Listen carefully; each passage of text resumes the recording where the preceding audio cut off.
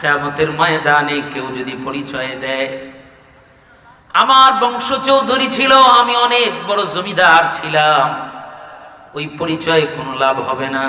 কেউ যদি বলে আমি ব্যারিস্টার ছিলাম, আমি প্রফেসর ছিলাম, ইঞ্জিনিয়ার ছিলাম, ডক্টর ছিলাম, আমি প্রশাসনিক এসপি ডিসি ছিলাম, আমি দেশের প্রধানমন্ত্রী ছিলাম, আমি মন্ত্রী ছিলাম, আমি এমপি ছিলাম, আমি চেয়ারম্যান ছিলাম, আমি মেম্বার ছিলাম, আমি অমুক দলের কর্মী ছিলাম, কোনো পরিচয় কোনো কাজ।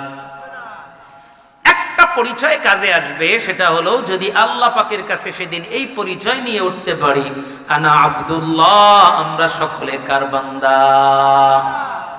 আল্লাহর গোলাম। আরবিতে আব্দুন শব্দের অর্থ হচ্ছে বান্দা, বাংলাতে বলে দাস, মহিলাদেরকে বলে দাসী। আর আল্লাহ রব্বুল আলামিন আমাদেরকে উর্দুতে বলা হয় গোলাম। তো আল্লাহ তাআলা আমাদেরকে আল্লাহ পাকের বান্দা হিসাবে সৃষ্টি করেছেন। যদি আমরা গোলামি করি, গোলামির পরিচয়টা নিয়ে মরতে পারি, তাহলে দাম বাড়বে না কমবে? এই নামের মধ্যে, এই পদবীর মধ্যে সবচেয়ে বেশি সম্মান নিহিত। এজন্য 1,24,000 পয়গম্বর নিজেদের পরিচয় দিয়েছেন। ইয়া আইয়ুহান নাস, দাওয়াত দিতে যেয়ে বলেছেন ইয়া আইয়ুহান নাস, হে ঈমানদারগণ, হে মানুষ সকল। ইয়া আইয়ুহান নাস, ইয়া আইয়ুহাল্লাযীনা আমানু, হে ঈমানদারগণ, হে মানুষ সকল। কুলু লা ইলাহা ইল্লাল্লাহ, তোমরা বলো লা ইলাহা ইল্লাল্লাহ তুফলিহুন, তোমরা সফল কাম হয়ে যাবে। আনা আব্দুল্লাহ, আমি আল্লাহর বান্দা, তোমরাও আল্লাহর বান্দা হয়ে যাও। সমস্ত নবী রাসূলগণ নিজেদের পরিচয় দিয়েছেন। রাসূলের থেকেও বেশি, রাসূল যে একটা সম্মানিত উপাধি, এই উপাধি দেওয়ার থেকেও বেশি সম্মানিত মনে করতেন আবদুহু, আল্লাহর বান্দা হতে বেশি স্বাচ্ছন্দ্য বোধ করতেন। নিজেদের পরিচয় তারা দিয়েছেন আবদুহু, আল্লাহর বান্দা। তারা কি ছিলেন? আল্লাহর বান্দা। নিজেদের পরিচয় দিয়েছেন আল্লাহর বান্দা বলে। আমরাও যদি আল্লাহর বান্দা বলে পরিচয় দিই, তাহলে আল্লাহ আমাদের সম্মানকে বাড়িয়ে দিবেন। আর আল্লাহর বান্দা হতে গেলে হুকুম মানতে হবে কার? আল্লাহর। আমার জীবনে জন্মের পর থেকে নিয়ে মৃত্যু পর্যন্ত, যৌবনকাল, বৃদ্ধকাল, জন্ম নেওয়ার পর থেকে নিয়ে মরার আগ পর্যন্ত বিধান মানব কার? আল্লাহর হুকুম আর তার আদেশ নিষেধ মেনে চলে যদি মরতে পারি, তাহলেই আল্লাহর গোলামের মৃত্যু হবে। কিয়ামতের ময়দানে আল্লাহ ডাক দিবেন, ইয়া আবদাল্লাহ, হে আল্লাহর বান্দা, ও আল্লাহর বান্দা, আল্লাহর গোলাম, এদিকে আসো। কিয়ামতের ময়দানে আল্লাহর সামনে যদি এই পরিচয় নিয়ে উঠতে পারি, এর থেকে সম্মানের পরিচয় আর কিছু হতে পারে? এর থেকে বড় পরিচয় আর হতে পারে না। তুমি আসমানে থাকো প্রভু, আমি জমিনে, তবু তোমারি প্রেম জমে হৃদয় গহীনে। আমি তোমারি গোলাম গো, অন্য কারো নয়। আমি তোমারি গোলাম গো, অন্য কারো নয়। আলিমুল গায়েব তুমি, রহিম রব্বানা। আল্লাহ আল্লাহ আল্লাহ আল্লাহ আল্লাহ আল্লাহ আল্লাহ আল্লাহ। আমরা কার গোলাম? একটু আওয়াজ দিয়ে বলেন, কার গোলাম? আমরা কে কে আল্লাহর গোলাম হতে চাই? একটু হাত তুলে আল্লাহকে দেখাই। আল্লাহ, আপনি আমাদের সকলকে আপনার গোলাম হিসাবে কবুল করেন। আরো জোরে বলি আল্লাহুম্মা আমিন। যে সমস্ত মা বোনরা আজকের আলোচনা শুনছেন, আল্লাহ যেন তাদেরকে আল্লাহর দাসী হিসাবে, আল্লাহর বান্দি হিসাবে কবুল করেন। আরো জোরে বলি আল্লাহুম্মা আমিন। সম্মানিত ভাইয়েরা, আল্লাহর গোলাম হতে যেই গুণটা অর্জন করা লাগে, সেটা হলো প্রথমত আল্লাহর প্রতি ঈমান। দ্বিতীয়ত আল্লাহ যা আদেশ করেছেন, যা নিষেধ করেছেন যদি মেনে চলতে পারি তাহলেই আল্লাহর গোলাম হওয়া সহজ না কঠিন? সহজ। আমার ভাইরা বন্ধুরা, বিশ্বনবী রাহমাতাল লিল আলামিন সরকারে দো আলম সাইয়্যিদুল মুরসালিনের উপরে যে কোরআন নাজিল হয়েছে, কোরআনে কারীমের 16 নম্বর সূরা সূরাতুন নাহল। সূরার নাম কি? সূরাতুন নাহল। ক্রমিক নং অনুসারী সূরাটার নাম্বার হচ্ছে 16 নম্বর সূরা। এটি এর 97 নম্বর আয়াতে কারিমাতে আল্লাহ রাব্বুল আলামিনের প্রিয় রাসূল সরকারে দু জাহান সাইয়্যিদুল মুরসালিন রাহমাতাল লিল আলামিন হাবিবে কিবরিয়া মুহাম্মদুর রাসূলুল্লাহ সাল্লাল্লাহু আলাইহি ওয়াসাল্লাম সূরা নাহলের 97 নম্বর আয়াত তেলাওয়াত করে উম্মতদেরকে জানিয়ে দিয়েছেন, মান আমিলা সালিহান মিন যাকারিন আও উনসা ওয়া হুয়া মুমিনুন ফালানুহইয়ান্নাহু হায়াতান তাইয়্যিবা ওয়া লানাজজিয়ান্নাহুম আজরাহুম বিআহসানি মা কানু ইয়ামালুন। চিৎকার করে বলুন সুবহানাল্লাহ।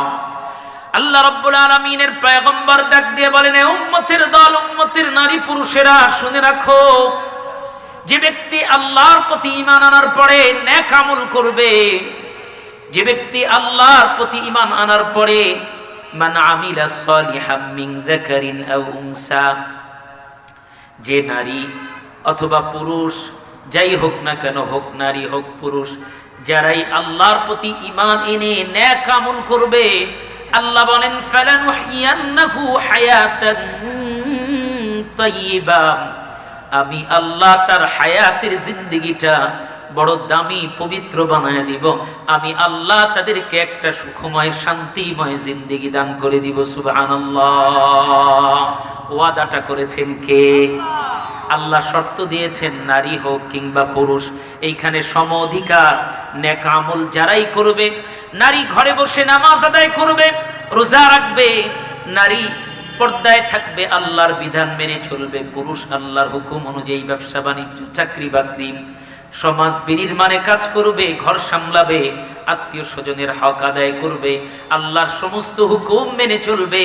আল্লাহর পয়গম্বরে আরবি আয়াত তেলাওয়াত করে বলেন, নারী হোক কিংবা পুরুষ হোক, এক্ষেত্রে কোনো ভেদাভেদ নাই। যারাই মুমিন হবে, আল্লাহর প্রতি আশা রাখবে যে আল্লাহ পাকেরই হুকুম আহকাম আমি মেনে চলছি, নিশ্চয়ই এটা আল্লাহর হুকুম, এবং আল্লাহর হুকুম মানলে আল্লাহ আমার প্রতি সন্তুষ্ট হবেন, আমি তার সন্তুষ্টির জন্য ঈমান এনে নেক আমল করছি। আমরা নেক আমল করছি কি জান্নাতের আশায়, না আল্লাহর সন্তুষ্টির জন্য? আরেকটু জোরে বলেন, কিসের সন্তুষ্টির জন্য? আল্লাহর সন্তুষ্টির জন্য। আল্লাহ রাব্বুল আলামিন বলেন, ফালানুহইয়ান্নাহু হায়াতান তাইয়্যিবা, আমি আল্লাহ এমন পবিত্র জীবন দিয়ে দিব যেই জীবনে কোনো গুনাহ থাকবে না, যেই জীবনে কোনো অশান্তি থাকবে না, যেই জীবনে কোনো রকম পেরেশানি থাকবে না। আমি আল্লাহ দুনিয়ার জিন্দেগিটা ওই নারী পুরুষের জন্য শান্তিময় করে দিব। সুবহানাল্লাহ। এজন্যই হাদিস শরীফের মধ্যে রাসূলুল্লাহ সাল্লাল্লাহু আলাইহি ওয়াসাল্লাম বলেছেন, মান সাল্লা সালাতাল ফজরি ফাহুয়া ফি জিম্মাতিল্লাহ, যেই নারী যেই পুরুষ ফজরের নামাজ আদায় করবে, আল্লাহ তাআলা তার সারা দিনের রিজিকের শান্তির আল্লাহ পাক জিম্মাদার হয়ে যাবেন। যদি ফজরের নামাজ পড়লে এটা হয় যে আল্লাহ আপনার আমার শান্তির জিম্মাদার হয়ে যাবেন, তাহলে 5 ওয়াক্ত নামাজ যে পড়বে তারে শান্তি দেওয়ার মালিক কে? আল্লাহ। এজন্যই আল্লাহর ওয়াদা সত্য। কোরআনে কারীম অনুযায়ী যারাই নারী পুরুষের মধ্যে, যেই নারী যেই পুরুষ, এই সোনা দুনিয়ার যেই মানুষ, যেই আল্লাহর বান্দা, যেই নেক আমল করবে, নারী হোক কিংবা পুরুষ হোক, আল্লাহর প্রতি যদি ঈমান রেখে শুধুমাত্র আল্লাহর জন্য যদি নেক আমল করে, আল্লাহর সন্তুষ্টির জন্য যদি ইবাদত করে, আল্লাহর সাথে যদি কখনো শিরিক না করে, আল্লাহ রাব্বুল আলামিন ওই ব্যক্তিকে দুনিয়াতেই একটা শান্তিময় জীবন দান করে দিবেন। সুবহানাল্লাহ। এমন শান্তি যা কল্পনাও করতে পারবে না। যেমন নবীজির ঘরে খাবার ছিল না, কিন্তু শান্তিতে ভরপুর ছিল। আম্মা জান আয়েশা রাদিয়াল্লাহু তাআলা আনহার বর্ণনা, আপনার আমার ঘরে এখন আমরা কয় বেলা খাই দৈনিক? জোরে বলেন। 3 বেলা। স্বাধীনতার পরে বহু মানুষ, মুরব্বীরা যারা কচুরি পানা সিদ্ধ করে খাইছেন, এরকম কোন মুরব্বী এখানে আছেন? কে আছেন একটু দেখি তো, হাতটা দেখি। কচুরি পানা খাইছেন, এটা শোনা কথা না, এটা বাস্তবতা। এই যে মুরব্বীরাই সাক্ষ্য দিল কচুরি পানা উঠে খাইছেন, তাইলে আগের থেকে আমাদের অবস্থা ভালো হয়েছে না খারাপ হয়েছে? ভালো হয়েছে। এখন 3 বেলা তো খাচ্ছি, আল্লাহ খাওয়াচ্ছেন। সুতরাং আল্লাহ যে রিজিক দিলেন, তার নিয়ামত পাওয়ার পরে আপনার আমার দায়িত্ব ওই আল্লাহর প্রতি ঈমান রাখা, তার গোলামি করা। যারা করবে তাদেরকে আল্লাহ শান্তিময় একটা জীবন দান করবেন। নবীজির ঘরে খাবার ছিল না, আমরা যতটুকু পেয়েছি কচুরি পানা সিদ্ধ করার মতো অবস্থাও নবীজির ঘরে ছিল। আম্মা জান আয়েশা রাদিয়াল্লাহু তাআলা আনহা বলেন, আল্লাহর হাবিব, হাবিবে কিবরিয়া, সরকারে দো আলম, সাইয়্যিদুল মুরসালিন, রাহমাতাল লিল আলামিন ঘরে এসেছেন। ডাক দিয়ে বলেন, ও আয়েশা, ঘরে কি খাবার আছে? আম্মা জান আয়েশা রাদিয়াল্লাহু তাআলা আনহা বলেন, আমি তখন সারা ঘরে খাবার খুঁজতে লাগলাম। খুঁজতে খুঁজতে তাকিয়ার মধ্যে বহুদিন আগের একটা শুকনা রুটি, কিছু অংশ ছিঁড়া, এটা খুঁজে পেলাম। আমি এটা নবীজির সামনে নিয়ে আসলাম, বললাম, ইয়া রাসূলুল্লাহ, এই রুটিটা বহু পুরানো, শক্ত হয়ে গেছে, এর কিছু অংশ আগে খাওয়া হয়েছিল, এটা ঘরের তাকের মধ্যে পড়েছিল। নবীজি বললেন, এটাকে পরিষ্কার করে পানির মধ্যে ভিজাও। আল্লাহর হাবিব ওই ছিঁড়া রুটির টুকরা ভিজায়া আম্মা জান আয়েশা রাদিয়াল্লাহু তাআলা আনহাকে নিয়ে খেলেন। আল্লাহর হাবিব বললেন, আর কিছু আছে কিনা দেখো। আম্মা জান আয়েশা খুঁজতে খুঁজতে একটা খেজুরের টুকরা পেলেন। কয়টা? আরেকটু জোরে বলেন। নবীজি অর্ধেক খেলেন, আম্মা জান আয়েশা রাদিয়াল্লাহু তাআলা আনহাকে অর্ধেক দিলেন। আম্মা জান আয়েশা রাদিয়াল্লাহু তাআলা আনহা বলেন, এভাবেই কখনো এমন হতো মাসের পর মাস নবীর ঘরের চুলায় আগুন জ্বলতো না, কিন্তু আল্লাহর জাতের কসম, কখনো আমার ঘরে অশান্তি ছিল না। ঘরে খাবার ছিল না, কিন্তু শান্তির অভাব ছিল না। ঘরে খাবার ছিল না, স্বামী স্ত্রীর মহব্বতের কমতি ছিল না। ঘরে খাবার ছিল না, কিন্তু তবু রাসূলের ঘরটা ছিল একটা জান্নাতের টুকরা। সুবহানাল্লাহ। তাহলে আল্লাহ তাআলা যে ওয়াদা করেছেন, মান আমিলা সালিহাম মিন যাকারিন আও উনসা ওয়া হুয়া মুমিনুন ফালানুহইয়ান্নাহু হায়াতান তাইয়্যিবা, যেই নারী, যেই পুরুষ নেক আমল করবে, ঈমানের উপরে চলবে, ঈমানের পথে হাঁটবে, সিরাতাল মুস্তাকিমের অনুসারী হবে, আল্লাহর পয়গম্বর কোরআনের এই আয়াত তেলাওয়াত করে বলেন, আল্লাহ তাকে দুনিয়াতেই একটা বরকতময় জিন্দেগি দান করে দিবেন। যেই বরকতময় জিন্দেগিতে না খায়া থাকবে, কিন্তু কখনো হারাম স্পর্শ করবে না। জীবন ছিল হযরতে ফাতিমা, এত কষ্ট করেছেন, রশি দিয়া পানি উঠাইতে যায় কূপ থেকে, বারবার ওই রশির ঘর্ষণে হযরতে ফাতেমার কোমল হাতটা পাথরের মতো শক্ত হয়ে গিয়েছিল।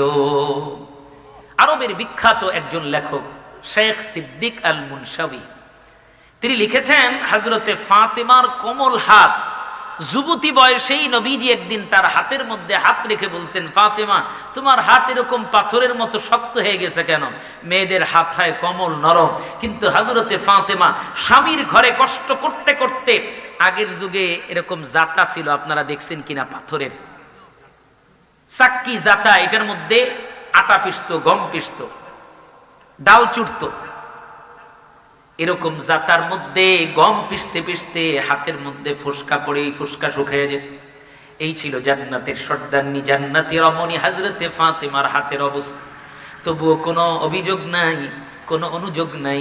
নবীজির কাছে একদিন যায় বললেন, ইয়া রাসূলুল্লাহ, ইয়া হাবিবাল্লাহ, আমার নয়নমণি, আমার সম্মানিত পিতা, আমি আপনার কাছে এসেছি, শুনেছি আপনার কাছে অনেকগুলি গোলাম আসছে।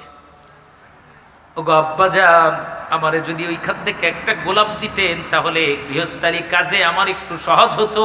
আমি একজন দাস, দাসী আপনার কাছে চাই। নবীজি নিজের কলিজার টুকরা মেয়ে ফাতেমাকে দাসও দিলেন না, দাসীও দিলেন না। নবীজি বললেন, ফাতেমা তুমি কি চাও এর থেকে দামি কোনো কিছু তোমাকে আমি দেই? বোঝার চেষ্টা করেন।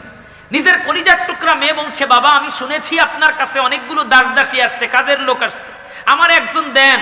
আমার হাতের মধ্যে ফোসকা পড়ে গেছে, পানির তুলতে তুলতে কূপ থেকে, ঘরের কাজ করতে করতে, একজন দাস দাসী আমাকে দেন। নবীজি বললেন, তোমাকে কি এর থেকে উত্তম জিনিস আমি দিব? হযরতে ফাতেমা রাদিয়াল্লাহু তাআলা আনহা ডাক দিয়া বলেন, ওগো আমার নয়নমণি, আমার পিতা, আমার হৃদয়ের স্পন্দন, আপনার জন্য আমার জীবন কুরবান। বাবা গো, আপনি যদি এর থেকে দাবি কোনো জিনিস দেন আমাকে, ওইটাই আমি নিব।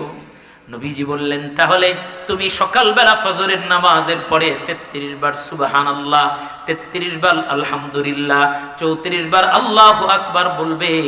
এটা একজন গোলাম, একজন দাস দাসী থেকেও এটা তোমার জন্য উত্তম হবে, এটার থেকেও দামি, এবং আল্লাহ এর বিনিময়ে তোমার কাজগুলি, সাংসারিক কাজগুলি সহজ করে দিবে।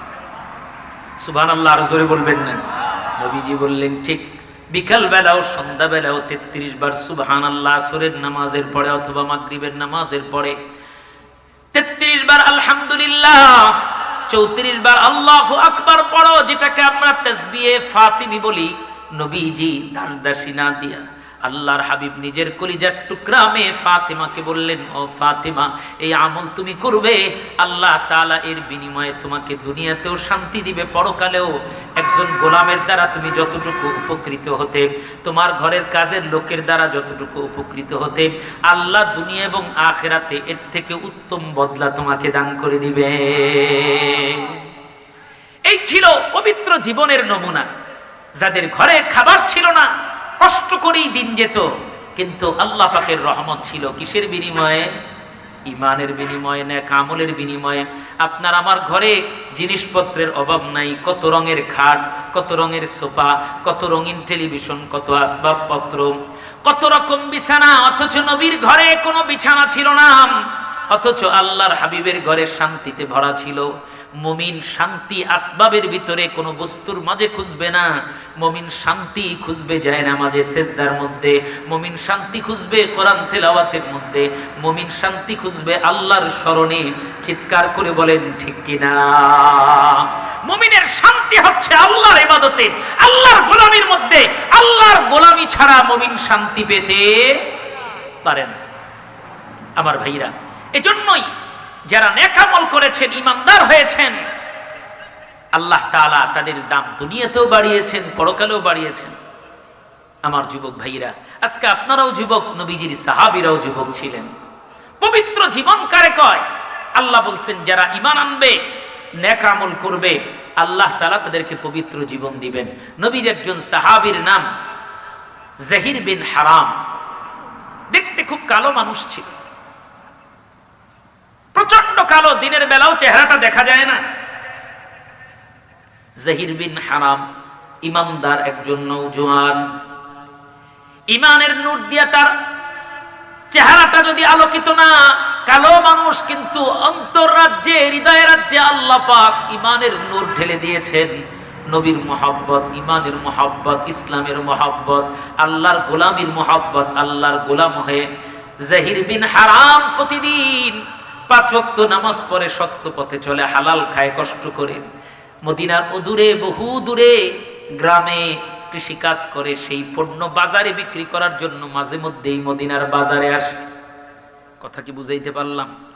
মদিনার অদূরে, দূরে এক জায়গায় গ্রামে কৃষি কাজ করে, সেই কৃষক মানুষ জহির বিন হারাম, যুবক মানুষ, কিছু পণ্য নিয়ে মদিনার বাজারে মাঝে মধ্যেই আসে। আর যখন আসে নবীর মুহাব্বতে, মাঝে মধ্যে নবীর জন্য কিছু খাবার, কিছু খাবার দাবার নবীর জন্য নিয়ে আসে। একদিন নবীজি ঘরে ছিল না, হযরত জহির বিন হারাম রাদিয়াল্লাহু তাআলা আনহু, ওই যুবক নবীজির ঘরের সামনে দাঁড়ায় সালাম আনতে ডেকে বলে, ইয়া রাসূলুল্লাহ, ইয়া হাবিবাল্লাহ, আপনি কি ঘরে আছেন নাকি? আমি আপনার সাক্ষাতে এসেছি, আমার নাম জহির বিন হারাম। ভিতর থেকে আওয়াজ আসে, নবীজি ঘরে নাই। জহির বিন হারাম মনে করেছেন নবীজি মদিনার মসজিদে, সেখানে তালাশ করেছেন, নবী নাই। আল্লাহর হাবিবকে খুঁজতে খুঁজতে মদিনার বাজারে গেছেন, সেখানেও নাই। সেখানে দাঁড়ায়া দাঁড়ায়া জহির বিন হারাম নিজের খাদ্যদ্রব্য, তার যেই কৃষি পণ্য, এগুলো বিক্রি করছিলেন। নবীজি কিছুক্ষণ পরে ঘরে আসলেন।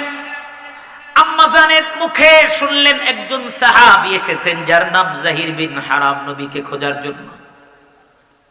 নবীজি চিনতে পেরেছেন এটা আমার ওই পাগল সাহাবী, যে ইমানের পথে চলতে, যে হালাল পথে চলতে, যে যিনি পাথরের মধ্যে ফসল ফলান, পাথরের জমিনকে যে আবাদ করেন, আমারে বড় বেশি মহব্বত করেন, প্রায় আমাকে দেখতে আসেন বহু দূর থেকে। নবীজি কতটুকু মহব্বত করতেন উম্মতকে, আল্লাহর প্রতি ঈমান আর নেক আমল মানুষকে কতটা দামি বানায়। তার টাকা পয়সা ছিল না, নবীজি টাকার কারণে তাকে ভালোবেসেছেন। তার বংশবলীও অনেক নামি দামি না, সামান্য একজন কৃষক, কিন্তু সামান্য হলেও ঈমানের কারণে নবীজির কাছে সে অসামান্য এক হীরা জহরত। আল্লাহর হাবিব খুঁজতে খুঁজতে মদিনার বাজারে যায়, দেখে জহির বিন হারাম দাঁড়ায়া নিজের কৃষি পণ্যগুলি বিক্রি করতেছে। প্রচন্ড রৌদ্র, সারা শরীর দিয়া ঘাম বেয়ে বেয়ে পড়তেছে। ঘুমার্ত অবস্থায় জহির বিন হারাম কৃষি পণ্য বিক্রি করতেছেন। নবীজি, আমার নবী, আপনার নবী সাইয়্যিদুল মুরসালিন রাহমাতাল লিল আলামিন, সরদারে দুজাহান, নবীজি পিছন দিক থেকে যায় জহির বিন হারামকে জড়ায়া ধরলেন। সুবহানাল্লাহ! একজন যুবক সাহাবী, প্রচন্ড কালো, একজন সাধারণ কৃষক, গায়ে ময়লা, কাপড় চোপড়ও খুব উন্নত না। নবীজি পিছন দিক থেকে জড়ায়া ধরছেন। স্বাভাবিকভাবেই কোনো রিক্সাওয়ালারে যদি কোনো পরিষ্কার কোনো সাহেব যদি জড়ায়া ধরে, তো বলবে না যে আপনি এত দামি মানুষ, এত দামি পোশাক নিয়ে আমার ময়লা শরীরের মধ্যে জড়ায়া ধরলেন। ওই সাহাবী ডাক দিয়ে বলে, জহির বিন হারাম, ইয়া রাসূলুল্লাহ, ইয়া হাবিবাল্লাহ, সর্বনাশ, আপনি কি করলেন? আমার শরীরের ঘাম আপনার শরীরে লেগে গেল, শরীর নোংরা হয়ে গেল, আমি তো সারা শরীরে ময়লা, আপনি আমারে জড়ায়া ধরলেন। নবীজি গো, আপনার শরীর নোংরা হয়ে গেছে। আল্লাহর হাবিব জহির বিন হারামকে বুকের মধ্যে আবার জড়ায়া ধরে ডাক দিয়ে বলে, জহির বিন হারাম, এর যুবক, শুনে রাখো, যেদিন থেকে তুমি কালেমা পড়ে মুসলমান হয়ে গেছো, সেদিন থেকে তোমার এই ঘামটাও আল্লাহর কাছে বড় দামি। একজন গরিব মানুষের ঘামও আল্লাহর কাছে বড় দামি। তোমার জীবনটা পবিত্র জীবন, এই জীবনের তোমার এই পরিশ্রমের ঘামটা আল্লাহর কাছে বড় দামি। আমার কাপড় নোংরা হবে কেন? বরং তুমি তো আল্লাহর অনেক বড় একটা দামি গোলাম। ডাক দিয়ে জহির বিন হারাম বলে, ইয়া রাসূলুল্লাহ, আমার মতো কালো মানুষের কোনো দাম নাই, মদিনার বাজারে কেউ আমারে কিনবে না। নবীজি রসিকতা করে ডাক দিয়ে বলে, মদিনার লোকেরা এই গোলামটারে কেউ কিনবে, আসে নাকি? জহির বিন হারামের হাত ধরে দেখায় বলতেছে, এই গোলামটারে কেউ কিনবে, আসো। জহির বিন হারাম চোখের পানি ছেড়ে দিয়া কান্দে, নবীজি, এমন কালো গোলাম মদিনার বাজারে কেউ কিনবে না। আল্লাহর নবীজি ডাক দিয়া বলেন, এরে জহির বিন হারাম, শুনে রাখো, কোন মুসলমান ইমানদার যখন ইমানদার হয়, যখন আল্লাহর প্রতি ঈমান আনে, শিরিক করে না, নেক আমল করে, তার দাম এত হয়ে যায় যে সারা পৃথিবী, আসমান জমিন, লৌহ কালাম, সারে কায়নাতের থেকেও আল্লাহ রাব্বুল আলামিন ওই ব্যক্তির মর্যাদা আল্লাহ তাআলা বাড়িয়ে দেন। নবীজি এই জন্যই হাদিসে বলেছেন, লা তাকুমুস সাআ, ততক্ষণ পর্যন্ত কিয়ামত হবে না। لا تقوم الساعة حتى لا يقال في الأرض الله الله।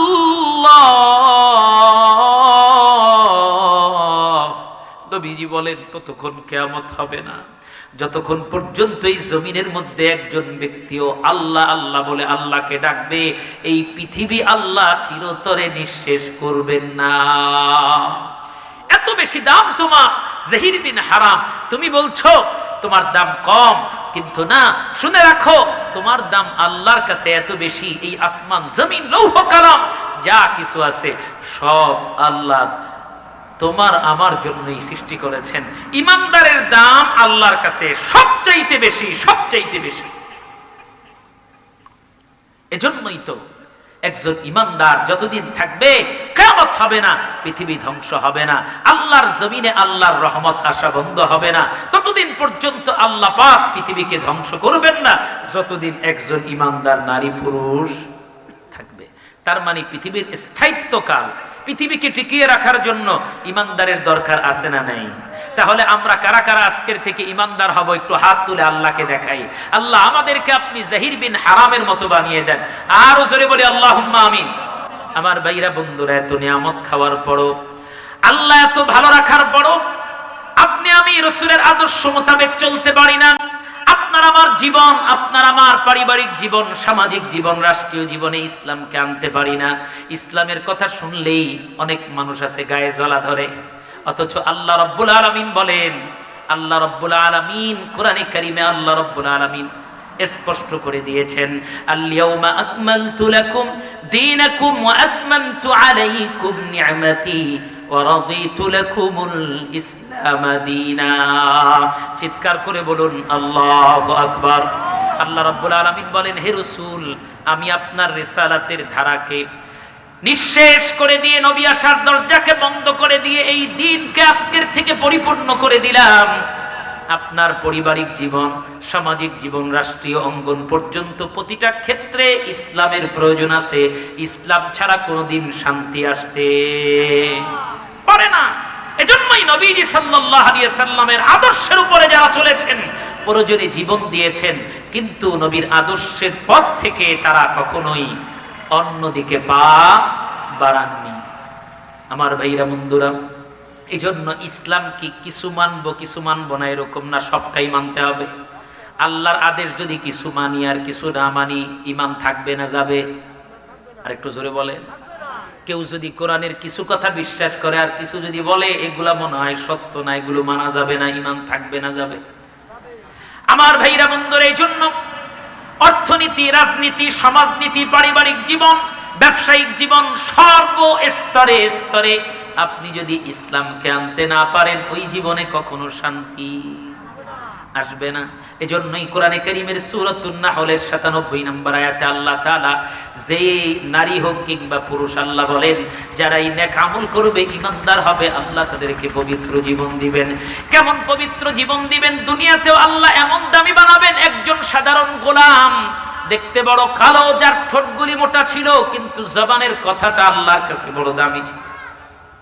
নবীজির ইন্তেকাল হয়ে গেছে, আল্লাহ কেমন পবিত্র জীবন দেন। একজন মানুষ ইমানের কারণে কত দামি হয়। একজন মানুষের, ইমানদারের মনে আল্লাহ আল্লাহর রাসূলের মহব্বতের থেকে অন্য কারো মহব্বত বেশি হতে পারে না। যার দৃষ্টান্ত হলো হযরতে বেলাল রাদিয়াল্লাহু তাআলা।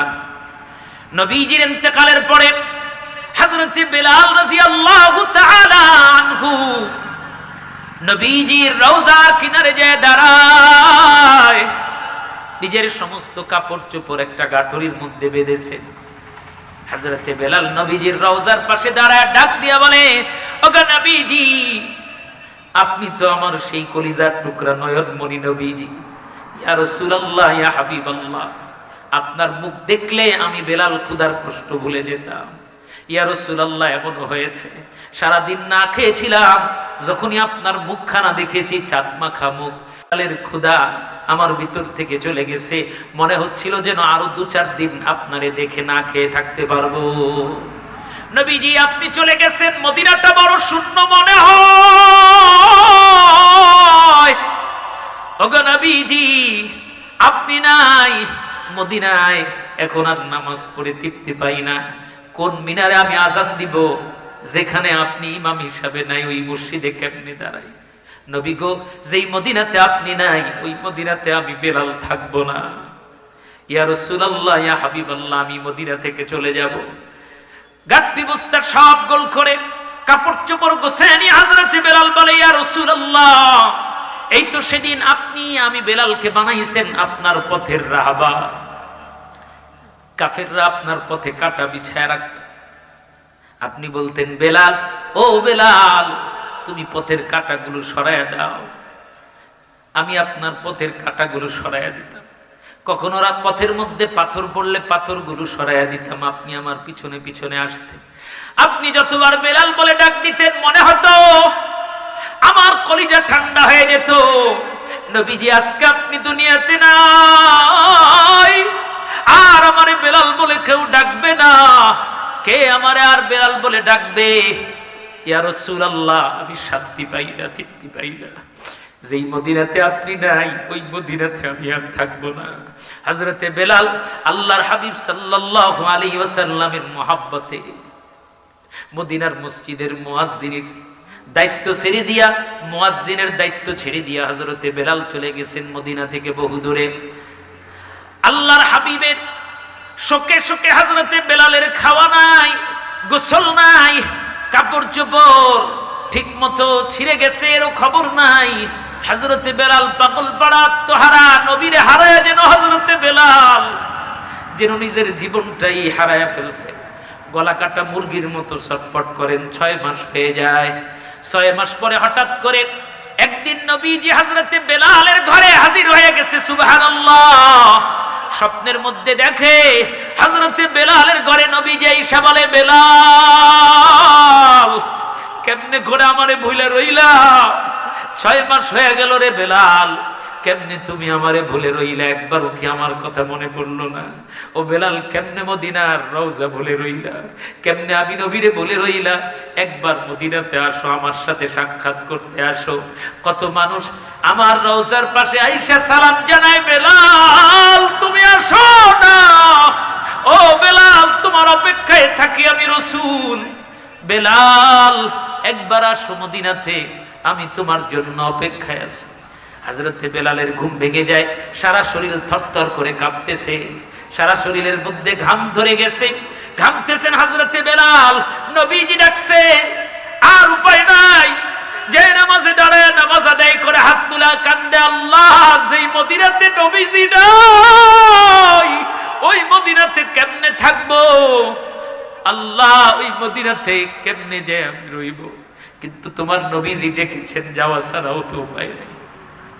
ভারাক্রান্ত হৃদয় নিয়ে হযরতে বেলাল রওনা করেছেন সুদূর মদিনায়। মদিনার পথ দিয়া যখন যায়, 6 মাস পরে মদিনার লোকেরা যখন হযরতে বেলালকে দেখছে, নতুন করে মনে পড়ে গেছে মদিনার এই তো মুয়াজ্জিন বেলাল। বেলালের আযানের সঙ্গে সঙ্গে নবীজি মসজিদে আসতেন। ছোট্ট ছোট্ট বাচ্চারা হযরতে বেলাল রাদিয়াল্লাহু তাআলা আনহুকে দেখে ঘরের মধ্যে যায়, ঘরের মধ্যে যায় ডাক দিয়া বলে, মা গো, ও মা শুনছনি গো মা, আমাদের মদিনার মসজিদের মুয়াজ্জিন সাহেব চলে আসছে। যেহেতু নবীর অনেকদিন ধরে দেখি না, ছোট্ট হৃদয় ছোট্ট ছোট্ট বাচ্চাগুলি বোঝে না যে মানুষ মারা গেলে আবার ফিরে আসে না। ডাক দিয়ে বলে, মা গো মা, ও মা, যেহেতু মুয়াজ্জিন সাহেব আসছেন, তাইলে আমাদের ইমাম মুহাম্মদুর রাসূলুল্লাহ বোধহয় ফিরে আসবে। মদিনার মায়েরা সন্তানদেরকে বুকের মধ্যে নিয়ে বলে, না, ও কলিজার টুকরা বুকের মানিক, নবীজি তো অনেক দিন হয়ে গেছে, 6 মাসের উপরে নবীজি দুনিয়া থেকে চলে গেছে, আর নবী আসবে না। ও মা, মুয়াজ্জিন থাকলে তো ইমামও থাকে। ও মা, ইমাম সাহেব আল্লাহর রাসূলকে আসবেন না। মদিনার বাচ্চাদের মন মানে না, তারা হযরতে বেলালের পিছনে যায় বলে, আপনি কি আযান দিবেন? হযরতে বেলাল কিচ্ছু বলেন না, কলিজা ফেটে যায়, হৃদয়ে রক্তক্ষরণ হয়, পা যেন সামনের দিকে চলতে চায় না। নবীর উম্মত, আজকে আপনার হৃদয়ে আমার হৃদয়ে নবীর মহব্বত নাই, সুন্নাত নাই, ভালোবাসা নাই, ইমানের দাম নাই। সামান্য 500 টাকার বিনিময়ে ইমান বিক্রি করে দেই, সামান্য একটু বিবেক খাটে না, আমি কি ইসলামের পক্ষে আমার সম্মতি দিলাম, না ইসলামের বিপক্ষে গেলাম? ইসলামের পক্ষের লোক না আমি ইসলামের বিপক্ষের লোক, একবারও চিন্তা করলাম না। হযরতে বেলালের পা চলে না, আস্তে আস্তে সামনের দিকে যায়। নবীজির রওজা আর সেই মাত্র কিনারায় গেছে, সঙ্গে সঙ্গে পা থেমে গেছে, হাঁটু গেড়ে জমিনের মধ্যে হযরতে বেলাল পড়ে যায়।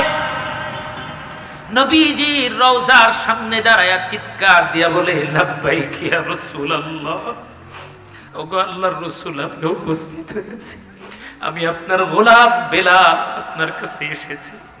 ইয়া রাসূলুল্লাহ, আপনার মুখ দেখবো ওই মদিনায় কেমনে আসে? নবীজি স্বপ্নের মধ্যে বলছেন, এরে বেলাল, তুমি কেমনে মদিনা ছাড়লা, আমারে ভুইলা রইলা? হযরতে বেলাল রওজার সামনে দাঁড়ায় হাঁটু গেড়ে নবীজিকে ডাক দিয়া বলে, নবীজি, আমি আপনারে ভুলি নাই। আমার দিকে তাকায় দেখেন শরীরের চামড়াগুলি শুকিয়ে গেছে, আমার খাবার নাই, গোসল নাই, আপনার চিন্তায় চিন্তায় চোখের পানিও শুকিয়ে গেছে। নবীজি আমি ভালো নাই, আপনার বিরহে এমন হয়ে গেছি যেন জীবন্ত এক লাশ হয়ে গেছি। ইয়া রাসূলুল্লাহ, আপনি কবরে আর আমি জমিনের উপরে, এটা তো মেনে নিতে পারি না। আপনার সাথে যদি আমি বেলালের মৃত্যু হয়ে যেত, এর থেকে বড় সৌভাগ্যের আর কিছু ছিল না। ওগো নবীজি, সেই দিন তো বেশি দূরে না। আপনি আমার আজানের সময় হলেই বলতেন আরিহনি ইয়া বেলাল, ও বেলাল আমার একটু শান্তি দাও, কুররাতু আইনি ফিস সালাহ। আপনি না বলতেন বেলাল নামাজের ইন্তজাম করো, নামাজের মাধ্যমে আমি নবী আমার হৃদয়ে শীতলতা এবং চোখে শীতলতা অনুভব করি। সুবহানাল্লাহ। ওগো নবীজি, আর কেউ বলবে না, আর কেউ বেলাল বলে আমাকে ডাক দিবে না, আর কেউ আমাকে বলবে না বেলাল আযান দাও, নামাজের প্রস্তুতি নাও, আমার হৃদয়ে একটু শান্তি দাও। নবীজি কেমনে থাকবো এই মদিনায়? আমি থাকবো না। আমি আপনার সাথে দেখা করছি, আমি আর এই মদিনায় থাকবো না। পিছনে এসে সাহাবা একরাম উপস্থিত হয়ে গেছেন। ওই সময়ের যে সমস্ত সাহাবীরা নবীর ইন্তেকালের পরে জীবিত ছিলেন, সকলে এসে ডাক দিয়ে বললেন, ভাই বেলাল, একবার একটু মদিনার মসজিদে নববীর মিনারায় উঠে একবার আল্লাহু আকবার বলে একটু ডাক দাও। তোমার আজান শুনলে মনে হবে যে নবী এখনই মসজিদে প্রবেশ করবে, আমাদেরকে ওই অনুভূতিটা একটু দাও। হযরতে বেলাল বলেন, সম্ভব না, যেই মসজিদে নববীতে নবী নাই ওই মসজিদে আমি আজান দিতে পারবো না, আমারে মাফ করে দেন। অনেক পীড়াপিড়ি করা হলো, কিন্তু হযরতে বেলাল রাজি হন নাই। হযরতে আবু বকর সিদ্দিক রাদিয়াল্লাহু তাআলা আনহু ডাক দিয়ে বলে, এরে সাহাবীরা, তোমাদের কথায় বেলাল আযান দিবে না। আমি নবীজির খুব কাছের দুইজন মানুষকে চিনি, যারা বললে হযরতে বেলাল অবশ্যই আযান দিবে। তোমরা নবীজির কলিজার টুকরা দুই হত্র নাতি হাসান আর হোসেনকে নিয়ে আসো। দুই ভাই যদি তার দুই হাত ধরে অনুরোধ করে, অবশ্যই সে আযান দিবে। হযরতে হাসান হোসেন রাদিয়াল্লাহু তাআলা আনহুকে খবর দেওয়া হলো। হাসান হোসেন রাদিয়াল্লাহু তাআলা আনহু দুইজনেই বড় খুশি, তাদের হৃদয়ে রাজ্যে আনন্দের জোয়ার বয়ে যায়। মদিনার মুয়াজ্জিন হযরতে বেলাল চলে আসছে, আয়েশা হাত ধরে বলে, আপনি না আমার নানার গোলাম। হযরতে হোসেন ডাক দিয়ে বলে, আপনি না নানার গোলাম, নানার খেদমত করতেন, কই গেছিলেন? 6 মাস যাবত আপনারে দেখি না, আপনি কিভাবে নানার রওজা ছেড়ে দূরে চলে গেলেন? হযরতে বেলাল বলে, যেই মদিনার রাস্তায় নবী হাঁটবে না আমি কেমনে হাঁটি? যেই পথে নবীজি সাল্লাল্লাহু আলাইহি ওয়াসাল্লাম মসজিদে যেতেন, আজান হবে সবাই আসবে, কিন্তু আমার নবী আসবে না, কেমনে আমি ওই পথ দিয়ে যেয়ে মসজিদে আজান দিই? হাসান হোসেন, আমি পারবো না। তারা দুই ভাই পীড়াপিড়ি করতে লাগলো, আপনি একটু আজান দেন, আপনি আজান দিলে মনে হবে আমাদের নানা ভাই আবার ফিরে আসবে, ফিরে আসছে এই অনুভূতি পাবে, একবার আজান দেন। হযরতে বেলাল বারবার বলে, না আমি পারবো না। দুইজনই হাত ধরে বলে, আমাদের দিকে একটু তাকান, আমরা নবীজির নাতি, আমাদের চেহারার মধ্যে কি নবীর সেই চেহারাটা দেখতে পান না? আমাদের রক্তের মধ্যে নবীজির রক্ত প্রবাহিত, আমরা বলছি একটু আজান দেন। হযরতে বেলালের পা চলে না, যেই মাত্র তিনি মসজিদের মিনারায় যে দাঁড়াইছেন, আল্লাহু আকবার, আল্লাহু আকবার, যখন আজান দিয়েছেন, আশহাদু আল্লা ইলাহা ইল্লাল্লাহ, আশহাদু আল্লা ইলাহা ইল্লাল্লাহ, আশহাদু আন্না মুহাম্মাদার রাসূলুল্লাহ বলার সঙ্গে সঙ্গে নবীজির কথা হযরতে বেলালের মনে পড়ে গেছে। মসজিদের মেহরাবের দিকে নজর চলে গেছে, মিম্বারে যেখানে নবীজি বসে জুমার খুতবা দিতে। হযরতে বেলাল তাকায় দেখে নবীজি নাই। হযরতে বেলাল সঙ্গে সঙ্গে বেহুশ হয়ে মিনারা থেকে পড়ে যায়, আর একটা শব্দ আজানের বের হয় না। হযরতে বেলাল বেহুশ হয়ে জমিনের মধ্যে পড়ে গেছে। অনেকক্ষণ পরে হুঁশ ফিরে ডাক দিয়ে হযরতে বেলাল বলে, আমি আর কোনোদিন এই মসজিদে আজান দিতে পারবো না, কারণ আজান দিলেই যখন আশহাদু আন্না মুহাম্মাদার রাসূলুল্লাহ বলি, যে আমি সাক্ষ্য দিচ্ছি মুহাম্মদ সাল্লাল্লাহু আলাইহি ওয়াসাল্লাম আল্লাহর রাসূল, এই কথা যখন বলি নবী নাই, নবী নাই, এই কথা চিন্তা করার সাথে সাথে আমার জবান বন্ধ হয়ে যায়। আমার নিঃশ্বাস বন্ধ হয়ে আসতে চায়, আমারে তোমরা অনুরোধ কইরো না, আমি যতদিন বেঁচে থাকি মদিনার মসজিদে আর কোনোদিন আজান দিতে পারবো না। এই ছিল নবীর মুহাব্বত। আমার ভাইরা, বন্ধুরা, মায়েরা, আজকে ওই বেলালের মতো একজন ইমানদার যুবক কোথায় পাওয়া যাবে? বেলালের মতো একজন যুবক ইমানদার কোথায় পাওয়া যাবে যে আল্লাহ রসুলের মুহাব্বতে কখনো সুদ খাবে না, মিথ্যা বলবে না, নামাজ ছাড়বে না, আল্লাহর নবীর মুহাব্বতে কখনো কারো ক্ষেতের আইল ঠেলবে না। আমাদের সমাজে এমন মানুষ আছে না নাই? এমন অনেক মানুষ আছে, ভাই ভাইয়ের সম্পদ ঠিক মতো বুঝাইয়া দেয় না। অনেক লোক আছে এরকম যে বোনের সম্পত্তি ঠিক মতো দেয় না। এমন অনেক লোক আছে জবরদখল করে আরেকজনের ক্ষেতের আইল কোদাল দিয়ে কাইটা বছরের পর বছর খাইতেছে। অথচ নবীজি বলেন, কেউ যদি কারো 1 বিঘা জমিন, 1 বিঘত হাতের যদি জমিন কেউ অন্যায়ভাবে জবরদখল করে, কিয়ামতের ময়দানে আল্লাহ তাআলা 7 তবক জমিন তার গলার মধ্যে ঝুলাইয়া দিবেন শাস্তি স্বরূপ। নাউজুবিল্লাহ। আরো জোরে বলেন নাউজুবিল্লাহ। আহা, কত মানুষ আজকে জুলুম করি, সামান্য রাজনীতি নিয়ে একজন আরেকজনের মেরে ফেলতেছে, একজন আরেকজনের লুঙ্গি ফুগিলা ফেলতেছে, একজন আরেকজনের ঘুষি দিতেছে। আহা, এমন রাজনীতির উপরে জুতার বাড়ি, যেই রাজনীতি তোমাকে মানুষ থেকে জানোয়ার বানায় ফেলছে। সবকিছুর ঊর্ধ্বে হচ্ছে মুমিন, ইমানদার। একজন মুমিনের দাম কত?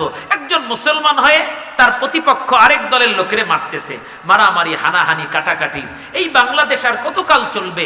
হযরতে আবু বকর সিদ্দিক রাদিয়াল্লাহু তাআলা আনহুর জামানায় তিনি ক্ষমতার চেয়ার ছেড়ে দিয়ে বলছিলেন, তখন খাদ্যমন্ত্রী বানাইছিলেন হযরত আবু বকর, যখন আমিরুল মুমিনিন হযরত ওমরকে খাদ্যমন্ত্রী বানাইছেন। স্বাভাবিক লোকজনের এই খাদ্যের হিসাব, গোডাউনের হিসাব, খাবারের হিসাব রাখতে যে হযরত ওমর রাদিয়াল্লাহু তাআলা আনহু তিনি জায়নামাজে দাঁড়াতে পারতেন না, সময় পেতেন না। এই জন্য একদিন আইসা নিজের চেয়ারের ক্ষমতার চারটা দিতে প্রস্তাব দিলেন আমিরুল মুমিনিন হযরত আবু বকর, আমি আমার এই খাদ্যমন্ত্রীর দায়িত্বটা দিয়ে দিতে চাই। বলছে, কেন? বেতন কম হয়ে যায়, বেতন বাড়ায় দিব। হযরতে ওমর ফারুক রাদিয়াল্লাহু তাআলা আনহু বলে, না, এই জন্য না, বরং আমি এই সময়টা জায়নামাজে দাঁড়াইলে এর থেকে বেশি লাভবান হব, আমার মন তৃপ্ত হবে, আমি খাদ্যমন্ত্রীর দায়িত্ব আমি নিতে চাই না। তারা চেয়ার ছেড়ে দিয়া জায়নামাজে দাঁড়াইতে চাইছেন, আর আমরা চেয়ার ধরার জন্য জায়নামাজ তো ছেড়ে দিছি, ইমানটাও ছেড়ে দিচ্ছি। আল্লাহ তাআলা মাফ করুক। হযরত ওমর ফারুক রাদিয়াল্লাহু তাআলা আনহু শেষ পর্যন্ত তিনি সেই দায়িত্ব ছেড়ে দিয়া রাতের বেলা তিনি তাহাজ্জুদ পড়েন। এবং আপনারা জানেন, তিনি যখন রাষ্ট্রপ্রধান হয়েছেন তখনও তাহাজ্জুদ পড়ে সারা রাত তিনি ঘুরে ঘুরে মানুষের অবস্থা দেখতেন। তারা রাজনীতি করতেন আল্লাহ পাকের মহব্বতে, আল্লাহ পাকের সন্তুষ্টির জন্য। আজকে আমরা রাজনীতি করি আল্লাহ পাকের মহব্বতের জন্য না, বরং নিজের আখের গোছানোর জন্য। আল্লাহ যেন আমাদেরকে হেদায়েত দেন। এজন্য বেলালের মতো অন্তর লাগবে, মহব্বত লাগবে বেলালের মতো। এই যে নিজের জীবন থেকেও বেশি মহব্বত করেছেন কাকে? আল্লাহকে, আল্লাহর রাসূলকে। আপনি আমি যদি সেই ভালোবাসা আর সেই ঈমান নিয়ে মরতে পারি, কিয়ামতের ময়দানে যদি আল্লাহর সামনে তার গোলাম হিসেবে দাঁড়াতে পারি, তাহলে আল্লাহ মুক্তি দিবেন। এজন্য আমার ভাইরা, বন্ধুরা, তিরমিজি শরীফের 413 নম্বর হাদিসের মধ্যে আসছে, কিয়ামতের ময়দানে ইন্না আউয়ালা মা ইউহাসাবু বিহিল আবদু ইয়াউমাল কিয়ামাতি মিন আমালিহি সালাতু। নবীজি বলেন, কিয়ামতের ময়দানে সর্বপ্রথম নারী পুরুষের নামাজের হিসাব নেওয়া হবে। এজন্য আমার ভাই বোনেরা, মা বোনরা যারা এখানে আজকে উপস্থিত, আমরা কি ওয়াদা করতে পারি না যে কিয়ামতের ময়দানে সর্বপ্রথম যেই নামাজের হিসাব হবে, আজকের থেকে আমরা হযরতে বেলালের মতো নবীর মহব্বত করে জান্নাতে যাওয়ার আশায় জাহান্নাম থেকে বাঁচার প্রত্যয় নিয়ে আজকের থেকে কারা কারা 5 ওয়াক্ত নামাজ পড়বো, একটু আল্লাহকে দেখাই। আল্লাহ, আপনি আমাদের সকলকে হযরতে বেলালে হাফসির মতো জান্নাতি মানুষ বানায় দিয়েন। আর জোরে বলে আল্লাহুম্মা আমিন। সামনে যে রমজান মাস আসতেছে, আমরা সকলে মিলে যদি রমজান মাসে রোজা রাখি, নিজের সন্তানকে যদি আমি রোজা রাখাই, অনেক যুবক, অনেক যুবতী, অনেক বাপ মা আছে নিজের যুবক ছেলে রোজা রাখে না, বাপ কিছু বলে না। আপনার মতো কপাল পোড়া কে আছে যে আপনার সন্তানটারে আপনি দিনদার বানাইতে পারেন নাই?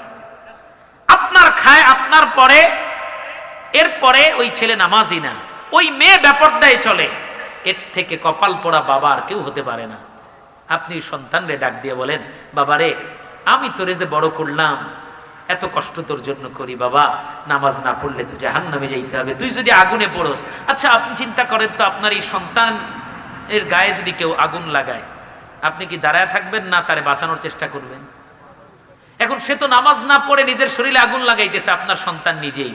কই আপনি তো তারে বাঁচানোর জন্য ফজরের সময় ডাক দেন নাই যুবক ছেলেরে, বাবা আমি হাসান হোসেন মসজিদে যাচ্ছি, তুমিও আমার সাথে চলো, জান্নাত তোমারে ডাকতেছে, চলো আল্লাহ তাআলা তোমাকে ডাকতেছে, তুমি যেন আল্লাহ থেকে গাফেল না হয়ে যাও। এই জন্য আল্লাহ 5 বার বান্দাকে স্মরণ করানোর জন্য, আল্লাহ তার বান্দীদেরকে স্মরণ করানোর জন্য মসজিদে এই আজানের প্রচলন করেছেন। সুবহানাল্লাহ। কারণ আল্লাহ তাআলা জানেন একজন নারী ঘরের কাজ করতে করতে আল্লাহকে ভুলে যাবে, দুপুর বেলা রান্না করতে করতে আল্লাহকে ভুলে যাবে। আল্লাহ মুয়াজ্জিনের জবান দিয়ে আল্লাহ পাক দুনিয়ার মা বোনদেরকে জানায় দেন, মসজিদে জোহরের আজান হয়, আল্লাহু আকবার। এরে মা, এরে বোন, আল্লাহ কিন্তু সবচেয়ে বড়। মুয়াজ্জিন এই সংবাদ দেয়, তোমার রান্না বান্না রেখে, ঘরের কাজকর্ম রেখে আগে নামাজে দাঁড়াও, যেন আল্লাহরে ভুলতে না পারেন। একজন কৃষক কাজ করতে করতে আল্লাহরে ভুলে গেছে, আল্লাহরে যেন ভুলতে না পারে মসজিদে এজন্য আজান হয়। একজন অফিসার আল্লাহকে যেন ভুলতে না পারে এজন্য মসজিদে আজান হয়। একজন ডাক্তার আল্লাহকে ভুলতে যেন না পারে এজন্য মসজিদে আজান হয়। কিন্তু ইঞ্জিনিয়ার, ডাক্তার, প্রফেসর, একজন চাকরিজীবী, ব্যবসায়ী হওয়ার পরও যে 5 ওয়াক্ত আজান হওয়ার পরও যে আল্লাহকে ভুলে রয়, কিয়ামতের ময়দানেও আল্লাহ তাদেরকে ভুলে রইবেন, আল্লাহ তাদেরকে স্মরণ করবেন না। এজন্য কিয়ামতের ময়দানে সর্বপ্রথম হিসাব হবে কিসের? নামাজের। এখন আপনি আমি কি হিসাব দিতে পারবো? এজন্য 5 ওয়াক্ত নামাজ। রমজান মাস আসতেছে, এই তো কয়েকটা দিন পরে শাবান মাস চলতেছে। আল্লাহর হাবিব এই মাসে এত বেশি ইবাদত করতেন। আম্মা জান আয়েশা রাদিয়াল্লাহু তাআলা আনহা বলেন, আমি নবীজিকে দেখে ভাবতাম বোধহয় রমজান শুরু হয়ে গেছে। নবীজিকে জিজ্ঞাসা করলাম, ইয়া রাসূলুল্লাহ, ইয়া হাবিবাল্লাহ, আপনি রমাদানের আগেই মাসে এত ইবাদত কেন করেন? নবীজি উত্তর দেন, ও আয়েশা, এই মাসের ইবাদতগুলি আল্লাহর সামনে বান্দার ইবাদতগুলি পেশ করা হয়। আমার যদি ইবাদতের কম হয় তাহলে আল্লাহর সামনে আমি কি জবাব দিব? এজন্য আমি চাই যেন আমার উম্মতের আর আমার ইবাদতগুলি যেন এই মাসে আল্লাহর সামনে বেশি পরিমাণে পেশ করা হয়। এজন্য নবীজি এই মাসে বেশি রোজা রাখতেন। শুধুমাত্র রমজান আসার আগে 1টা বা 2টা দিন গ্যাপ দিতেন। রমজান আর এই শাবান মাসের মাঝামাঝি নবীজি 2টা দিন গ্যাপ দিতেন, যাতে বোঝা যায় যে রমজান 2 দিন পরে আসতেছে। এত পরিমাণ রোজা, নামাজ, নফল, সাদাকা করেছেন। আর আপনি আমি এই মাসে বহু মানুষ আছি 5 ওয়াক্ত নামাজই এখনো ধরতে পারি নাই। তো রমজানের কি প্রস্তুতি নিলাম? এই মাস হলো বীজ বপনের মাস, আর রমাদান মাস হলো ওই বীজের ফসল গ্রহণ করার মাস। তাহলে এখন থেকে যদি বীজ বপন না করেন, কোন কৃষক যদি জ্বালা লাগানোর সময়ে যদি সে জ্বালা না লাগায়, সে কি ধান তুলতে পারবে? ধান পাকার সময় তুলতে পারবে না। এজন্য রমাদান মাস মুসলমানদের জন্য, নারী পুরুষের জন্য ফসল তোলার মাস। কোন ফসল?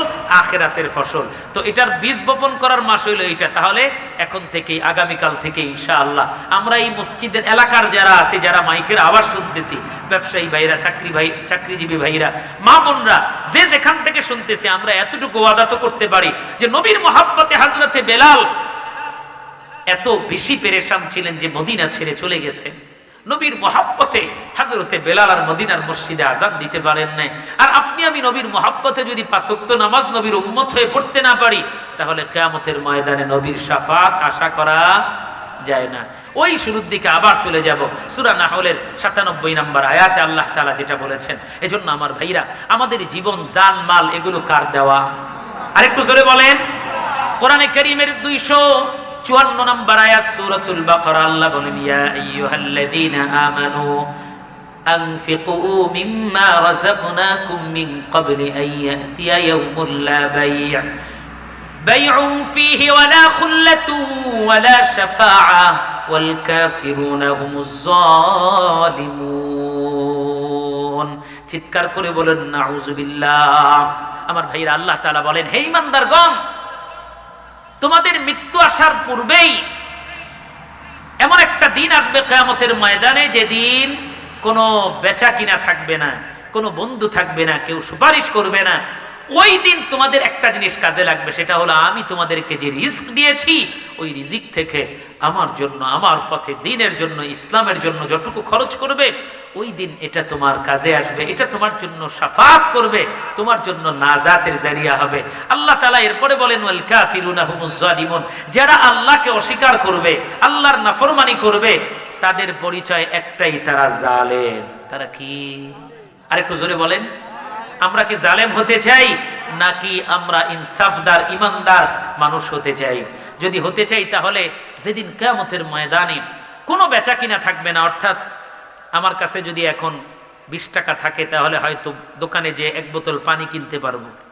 কিয়ামতের ময়দানে যখন পানির পিপাসা লাগবে, আপনার টাকা পয়সা সবকিছু দিয়ে এক বোতল পানি আপনি কিয়ামতের ময়দানে পাবেন। কোনো বেচা কিনা থাকবে না, আপনি আগুনে পুড়তে থাকবেন, আর একটু যদি বাতাস হইতো আপনি একটা ফ্যান কিনতে পারবেন না। আল্লাহ তাআলা কোরআনে কারীমের সূরা বাকারার 254 নম্বর আয়াতে পরিষ্কার বলে দিয়েছেন।